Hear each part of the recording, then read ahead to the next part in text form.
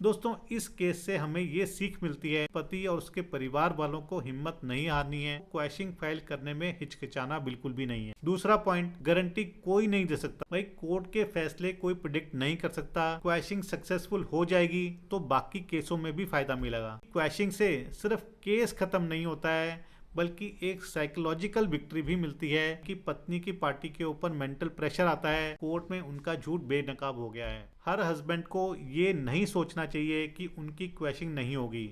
अगर आप सही हैं, निर्दोष हैं और आपके पास सच्चाई है तो एक बार हाई कोर्ट में क्वैशिंग पिटीशन ज़रूर फाइल करें। दोस्तों ज़रा सोचिए, अगर आपके ऊपर 498A, 406, 509 और 34 IPC जैसी धाराओं में केस दर्ज हो जाए तो क्या आपको कभी राहत मिल सकती है?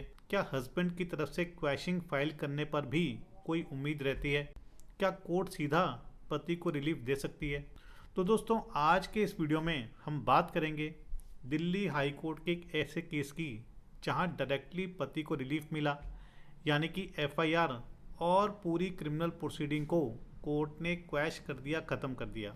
दोस्तों वीडियो को आपने अंत तक ज़रूर देखना है। यदि आपने अभी तक चैनल को सब्सक्राइब नहीं किया है तो चैनल को सब्सक्राइब कर लीजिए, साथ ही नोटिफिकेशन बेल आइकन दबा दीजिए।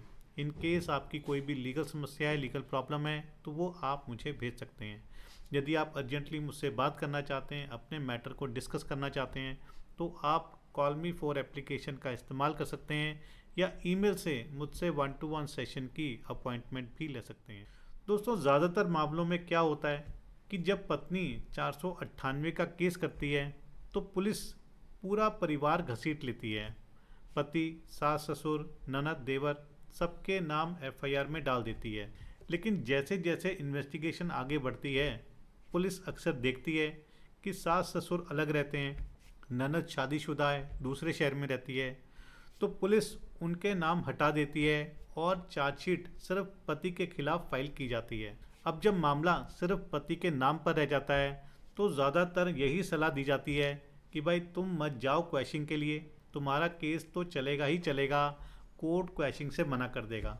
कई लोग डर जाते हैं कि कहीं कोर्ट ने रिजेक्ट कर दिया तो क्या होगा, पैसा भी जाएगा, टाइम भी जाएगा। लेकिन दोस्तों कानून में डरने वालों की नहीं बल्कि कोशिश करने वालों को राहत मिलती है और आज का जजमेंट इसी का जीता जागता उदाहरण है। दोस्तों इस केस में पति और पत्नी की शादी हुई, सब कुछ ठीक ठाक चल रहा था। फिर जैसे हर मैट्रिमोनियल डिस्प्यूट में होता है, पति पत्नी में अनबन शुरू हो गई, दोनों के बीच लड़ाई झगड़े बढ़ने लगे और आखिरकार दोनों एक दूसरे से सेपरेट हो गए। इसके बाद पत्नी ने पुलिस में कंप्लेंट दर्ज करा दी 498 की, 406, 506 और 34 IPC में। अब ज़रा समझिए कि 498 का मतलब क्रूअल्टी बाय हस्बैंड और हिज रिलेटिव्स है, 406 का मतलब है क्रिमिनल ब्रीच ऑफ ट्रस्ट, 506 का मतलब insulting the modesty of a woman और 34 का मतलब है कॉमन इंटेंशन, यानी कि सभी लोगों की कॉमन इंटेंशन। अब यहाँ कई लोग 509 देखकर घबरा जाते हैं कि अरे ये तो महिलाओं की मोडेस्टी से जुड़ा सीरियस चार्ज है। लेकिन दोस्तों यहाँ भी आपको घबराने की ज़रूरत नहीं है। इस धारा का मतलब कन्विक्शन नहीं होता, एलिगेशन को साबित भी करना पड़ता है। पति ने देखा कि जितने भी आरोप पत्नी ने लगाए हैं वो झूठे हैं। दोस्तों पति और उसके परिवार वालों ने हिम्मत नहीं हारी और सीधा दिल्ली हाईकोर्ट का दरवाज़ा खटखटाया।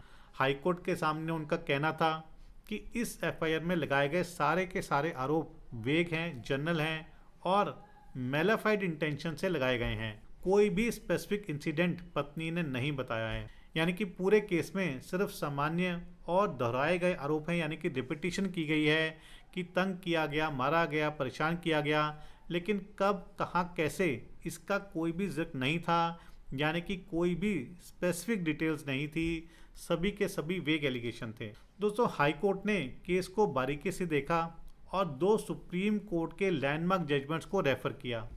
एक था state of Haryana versus Bhajan Lal और दूसरा था Preeti Gupta versus state of Jharkhand. दोस्तों इन दोनों में सुप्रीम कोर्ट का कहना था कि 498 का मिसयूज़ बहुत ज़्यादा बढ़ चुका है।